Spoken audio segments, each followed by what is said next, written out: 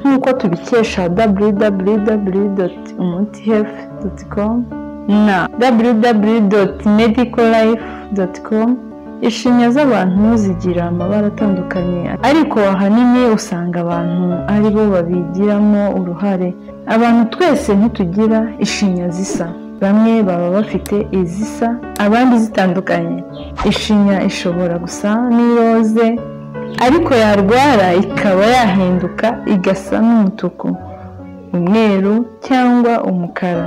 Uzabibona kenshi ko abantu bamwe bafite ishinya y'umukara bakunze guseka cyane, abandi nabo ubona ko yabo isa n'iroze ndetse n'umweru. Mu bihugu bimwe na bimwe harimo nk'u Rwanda, kugira ishinya y'umukara bifatwa nk'aho ari bimwe mu bintu biranga ubwiza, ariko ahandi ho ugasanga abo bantu bafite iyo shinya bafatwa nk'aho ari indwara bafite.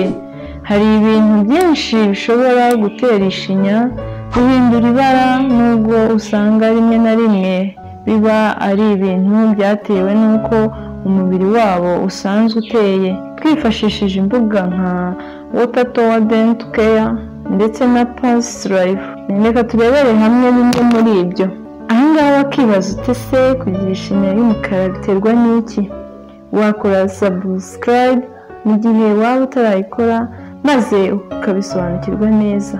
Reka mbigusobanurire neza impamvu abantu bamwe bagira ishinya y'umukara.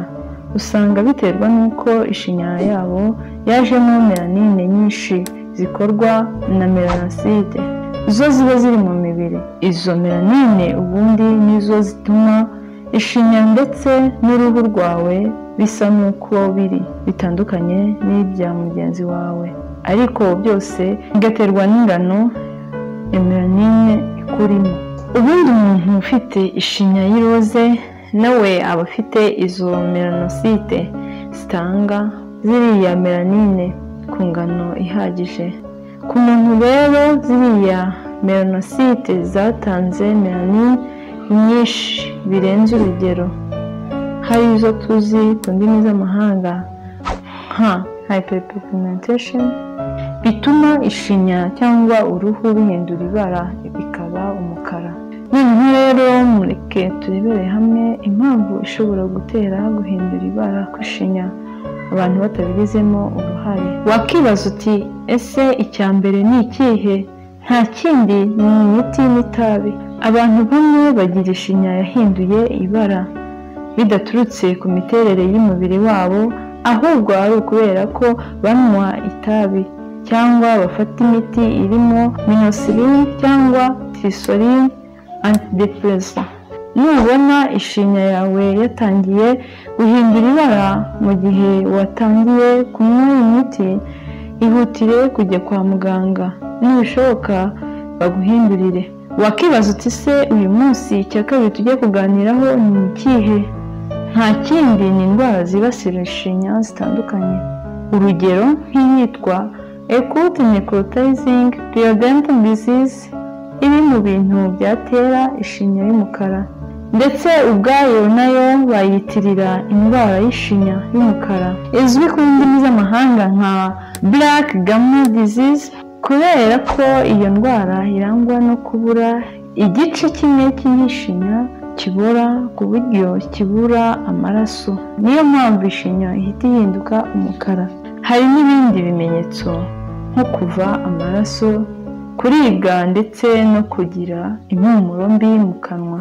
Hari ibindi bintu byiyongera ku isuku nke yo mu kanwa, aho twavugamo nk'umunaniro, kunywa itabi ndetse n'ubwandu bwa virusi zitandukanye. Iyo ndwara itavuwe ishobora kugutera ibibazo byo mu magufwa.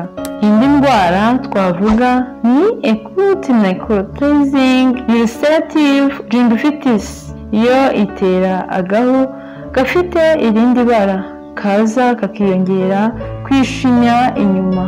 Iyi ikaba iterwa n'isuku nkeya yo mu kanwa. Icya gatatu twarebera hamwe uyu munsi ni iki gitera ishinya isa n'umweru.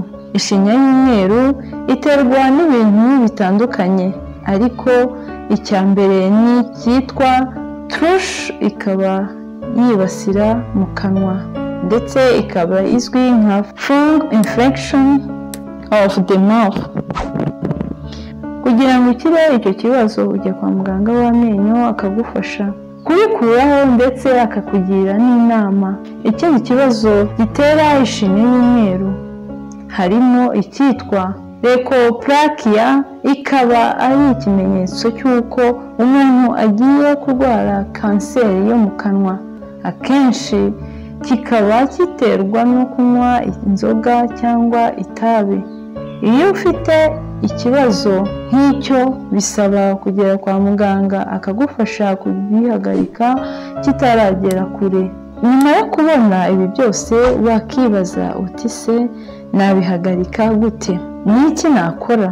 Ese wabigenza ute ngo wirinde ibyo byose? Mu gihe ushaka kwirinda ko ishinya yawe yahindura ibara, ni byiza gusukura ishinya yawe kandi neza, koza amenyo ukoresha uburoso n'akadodo kabugenewe, no gusura muganga w'amenyo rimwe mu mezi 6.